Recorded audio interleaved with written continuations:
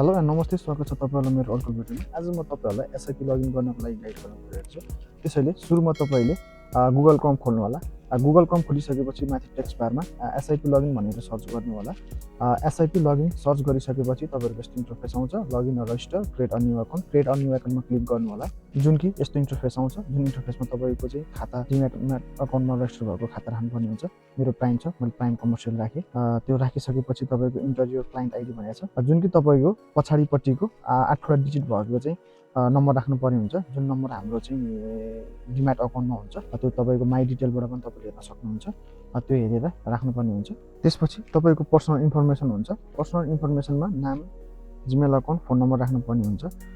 तपाईँको जुन इमेल अकाउन्टमा तपाईँको मेल भेरिफाईको एउटा ओपिटी कोड आउँछ, त्यो ओपिटी कोड राख्नको लागि पहिला आफ्नो मेल अकाउन्ट चाहिँ यसमा राखेर सेन्ड गर्नुपर्ने हुन्छ।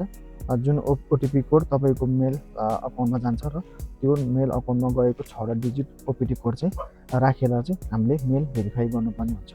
त्यो गरिसकेपछि ब्याङ्क अकाउन्ट आउँछ। ब्याङ्क अकाउन्टमा ब्याङ्कको नाम, अकाउन्ट नेम, अकाउन्ट नम्बर चाहिँ राख्नुपर्ने हुन्छ।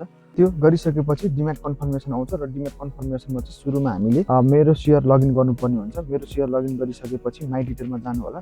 माई डिटेलमा गएर पिडिएफ डाउनलोड गरेर त्यो पिडिएफ चाहिँ यसमा सेन्ड गर्नुपर्ने हुन्छ। सेन्ड गरिसकेपछि तपाईँको अकाउन्ट इन्फर्मेसनमा चाहिँ तपाईँको 4वटा डिजिटको पिन क्रिएट गर्नुपर्ने हुन्छ। पिन क्रिएट गरिसकेपछि कन्फर्म गर्नु होला। कन्फर्म गरिसकेपछि तपाईँको सक्सेस हुन्छ। मेरो चाहिँ भएन, किनकि मेरो अलरेडी मेरो बिआइडी नम्बरको चाहिँ रेजिस्टर भइसकेको छ। दुईचोटि गर्न मिलेन। हस्त धन्यवाद।